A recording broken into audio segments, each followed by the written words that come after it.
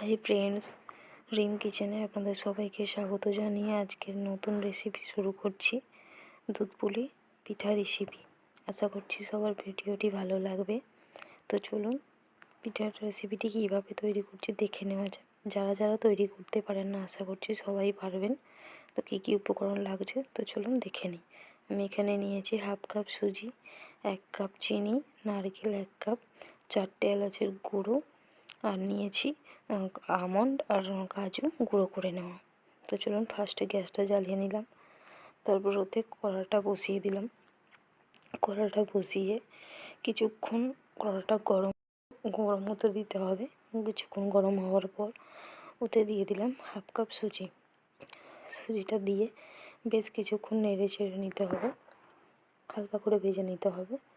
আপনারা চাইলে এখানে ঘিও দিতে পারেন বা এখানে তেলও দিতে পারেন। আমি কিছুই দিলাম না, এমনি নিয়ে নিলাম। নাড়াচাড়া করা হয়ে গেলে এখানে আমি দিলাম 1 কাপ চিনি। আপনারা চাইলে এখানে খেজুরের গুঁড়ো দিতে পারেন, আমি চিনিটাই দিলাম। চিনিটা দিয়ে ভালো করে নেড়ে ছেড়ে নিয়ে এখানে পরিমাণ মতন জল দিতে হবে। পরিমাণ মতন জল দিয়ে এটাকে ভালো করে নেড়ে চেড়ে নিতে হবে যতক্ষণ না এটা ভাপ সিদ্ধ হয়ে আসছে। অর্ধেক সিদ্ধ হয়ে আসার পর এতে আমি দিয়ে দেবো নারকেল কোড়া। এখানে আমি 1 কাপ নারকেল কোড়া নিয়েছি। আপনারা চাইলে মিক্সিতে পেস্ট করে নিতে পারেন, আমি করিনি। আমি এমনি নারকেল কুড়ে নিয়ে দিলাম। কিছুক্ষণ নাড়াচাড়া করার পর এখানে আমি যে আমন্ড আর কাজুটা গুঁড়ো করে রেখেছিলাম, কাজু আর আমন্ডটা দিয়ে দিলাম। দিয়ে ভালো করে নেড়ে চেড়ে নিতে হবে, নিচে যাতে বসে না যায়, যেহেতু সুজি বসে যেতে পারে, তাই ভালো করে নেড়ে চেড়ে নিতে হবে। ভালো করে নাড়াচাড়া করা হয়ে গেলে এখানে যে এলাচের গুঁড়োটা করে রেখেছিলাম, 2টো এলাচের গুঁড়ো, এলাচের গুঁড়োটা দিয়ে ভালো করে মিশিয়ে নিতে হবে বেশ কিছুক্ষণ। ভালো করে মেশানো হয়ে গেলে ওতে দেবেন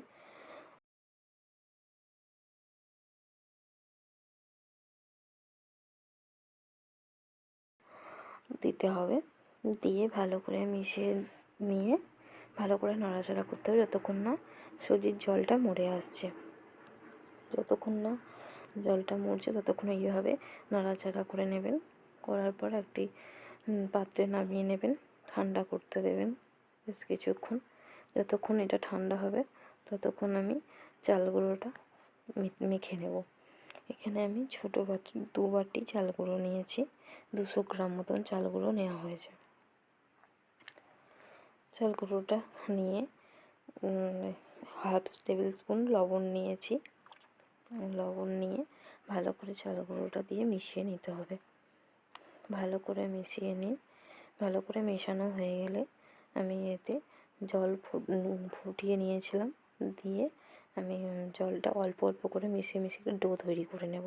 আপনারা চাইলে এটা কড়াতেও ফুটন্ত জলে চাল গুঁড়োটা দিয়ে ইয়ে করে নিতে পারেন। আমি করিনি, আমি নামিয়ে নিয়ে ডো তৈরি করে নিলাম। ডোটা তৈরি করা হয়ে গেলে একটি ছোটো লেচির মতন কেটে নেব, দিয়ে যেইভাবে রুটি বা লুচি করা হয় সেইভাবে গোল করে নিয়ে তার ভিতরে পুর দেওয়ার মতন ওটা ইয়ে করে নিতে হবে। গোল করে করে নেওয়ার পর তার ভিতরে অল্প করে পুর দিয়ে দিতে হবে। অল্প করে পুর দেওয়ার পর এটাকে আস্তে আস্তে করে এর মুখগুলো জুড়ে দিতে হবে। জুড়ে দিয়ে যেইভাবে রসগোল্লা তৈরি হয় সেইভাবে রসগোল্লার মতন গোল করে নিতে হবে। এইভাবে মুঠো করে ধরে গোল করে নিলাম। গোল করে নেওয়ার পর বেশ হাতে করে ঘুরিয়ে নিয়ে কিছুক্ষণ এরকম করে সব কটা তৈরি করে নেব। দেখতেও ভালো লাগবে, নতুন রকমেরই। আর যারা তৈরি করতে পারেন না, আশা করছি তারাও এটা তৈরি করতে পারবেন। যাদের পিঠে করতে প্রবলেম হয়, ফেটে যায়, পারেন না, তারাও আমার মতন চেষ্টা করুন, এইভাবে করে নিতে পারবেন। তো এইভাবে আমি সব কটা মেখে করে নেব। করে নেওয়ার পরে দেখুন আমি করে নিয়েছি, 2টো লম্বা লম্বা করেছি। ওই পাশেরগুলো যে দেখতে পাচ্ছেন এগুলোতে আমি পুরটা দিয়ে মেখে নিয়েছিলাম, দিয়ে এরকম গোল গোল করে নিয়েছি রসগোল্লার মতন। এর ভেতর কোনো আমি পুর দিইনি, এমনি করে নিয়েছি। দেখতে থেকে এরকম লাগছে। আপনারা চাইলে যেভাবে পারবেন সেইভাবে শেপ দিয়ে করতে পারেন। তো এখানে আমি গ্যাসে কড়া বসিয়ে দিয়েছি, দিয়ে এখানে আমি 500 দুধ দিয়েছি। 500 দুধ দিয়ে দুধটা হালকা একটু কুসুম কুসুম গরম হয়ে আসলে এতে আমি 50 পাউডার দুধ অ্যাড করেছি। দুধটা এতে দিলে কি হয়, আরও একটু ঘন হয় দুধটা। একটু দিয়ে আমি ভালো করে দিয়ে একটু নেড়ে ছেড়ে নেবো, যাতে নিচে না বসে যায় বা দোলা না পাকিয়ে যায়। দোলা পাকিয়ে গেলে দেখতে বাজে লাগবে, তাই আমি এটা ভালো করে মিশিয়ে নিতে হবে। তো এটা আমি ভালো করে মিশিয়ে নিচ্ছি। কিছুক্ষণ ভালো করে এইভাবে নেড়ে ছেড়ে নিতে হবে। কিছুক্ষণ নেড়ে ছেড়ে নেওয়ার পর এতে দিয়ে দিলাম 2টো ছোটো এলাচ।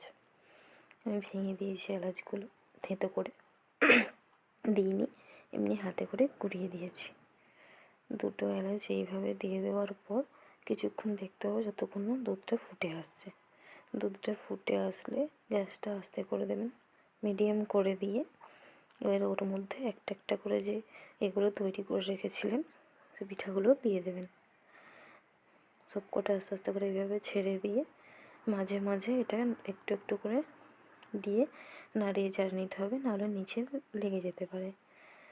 তাই আমিও এইভাবে ভালো করে দুবার এরকম যতক্ষণ না সিদ্ধ হয়ে আসছে ততক্ষণ এইভাবে নাড়িয়ে চাড়িয়ে নেবেন। এরকম দেখুন ফুটে আসছে, এতে আমি একটু অল্প পরিমাণ লবণ দিয়ে দিলাম। আপনারা চাইলে দিতেও পারেন, নাও পারেন, আমি দিলাম যাতে টেস্টটা আসে তার জন্য। দিয়ে দেখুন ফুটে গেছে, দুধটা ফুটে গিয়ে ভালো করে আমি নাড়িয়ে চাড়িয়ে দিচ্ছি যাতে নিচে না বসে যায়। ভালো করে দেখবেন রসগোল্লার মতন ফুলে উঠেছে। দেখুন একটা একটা হয়েছে, রসগোল্লার মতন ফুলে উঠেছে। তো এইভাবে বেশ কিছুক্ষণ যতক্ষণ না সিদ্ধ হয়ে আসছে ততক্ষণ এইভাবে নেড়ে ছেড়ে পিঠাগুলোকে সিদ্ধ করে নিতে হবে দুধেতে। এতে কিন্তু আমি কোনো রকম জল ইউজ করিনি, পুরোটাই দুধ দিয়ে করেছি।